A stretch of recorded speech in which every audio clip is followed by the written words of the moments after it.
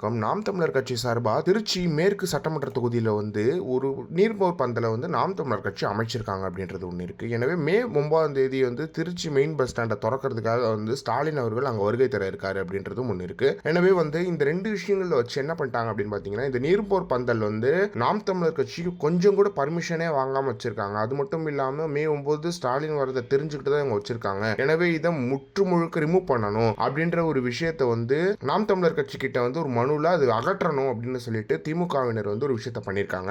இதுல என்ன பண்ணிட்டாங்க அப்படின்னு பாத்தீங்கன்னா, நாம் தமிழர் கட்சியினர் என்ன பண்ணிட்டாங்க அப்படின்னு பாத்தீங்கன்னா நேரா போயிட்டு போலீஸ் ஸ்டேஷன்ல நாங்க இதை அனுமதி பெற்று தான் வச்சிருக்கோம், ஆனா திடீர்னு நாங்க அனுமதி பெறலன்னு சொல்றதை எப்படி ஏத்துக்க முடியும், நாங்க அனுமதி பெற்று தான் இதை வச்சிருக்கோம் அப்படின்னு சொல்லிட்டு நாம் தமிழர் கட்சி சீமானவர்களும் போராடி அந்த நீர்மோர் பந்தல வச்சிருக்காங்க. ஸ்டாலின் அவர்கள் அந்த நீர்மோர் பந்தல பார்க்கணும். ஏன் தமிழ்நாட்டில் அரசியல் கட்சினா அது திமுக மட்டும் தானா, இல்ல ஆள்ற கட்சி மட்டும் தான் நீர்மோர் பந்தல் வைக்கணும்னு எதுவும் இருக்கா அப்படின்றது ஒண்ணு இருக்கு. நடிகர்கள்லாம் நீர்மோர் பந்தல் வைக்கிறாங்க, நாம் தமிழர் கட்சி மக்களுக்காக போராடுற கட்சி, அவங்க வச்சா இவங்களுக்கு என்ன பிரச்சனை அப்படின்றது ஒன்று இருக்கு. திமுக ஒரு நீர்மோர் பந்தல் வச்சது அப்படின்னு வச்சுக்கோங்களேன், அந்த நீர்மோர் பந்தல் 4 நாள் நீர்மோர் ஓடும், அதுக்கப்புறம் அந்த பந்தல் மட்டும் தான் இருக்கும், நீர்மோர்லாம் இருக்காது அப்படின்றது இருக்கு. ஆனா நாம் தமிழர் கட்சி கிடையாது, அப்படி கிடையாது. என்னைக்கு வெயில் காலம் முடிகிற அளவுக்கு அந்த நீர்மோர் பந்தல் இருக்கும் அப்படின்றது ஒன்று இருக்கு, அங்க தண்ணி இருக்கும் அப்படின்றது ஒன்று இருக்கு. சும்மா ஏதாவது பேசணும் ஏதாவது பண்ணணும் அப்படின்னு சொல்லிட்டு பண்ணி வேஸ்ட் தான். ஸ்டாலின் அவர்கள் வந்தாலுமே அந்த இடத்துல ஒன்றும் நடக்காது அப்படின்றது ஒன்று இருக்கு. ஏன்னா சட்ட ரீதியா நாம் தமிழர் கட்சி சரியான விஷயத்த பண்ணியிருக்காங்க அப்படின்றது ஒன்று இருக்கு. எனவே திருச்சி மேற்கு சட்டமன்ற தொகுதிக்கும் எல்லாருக்குமே வாழ்த்துக்களை தெரிவிச்சுக்கிறோம். இதை பற்றி நீங்கள் என்ன நினைக்கிறீங்க அப்படின்றத மறக்காம கமெண்ட் பாக்ஸ்ல சொல்லுங்க.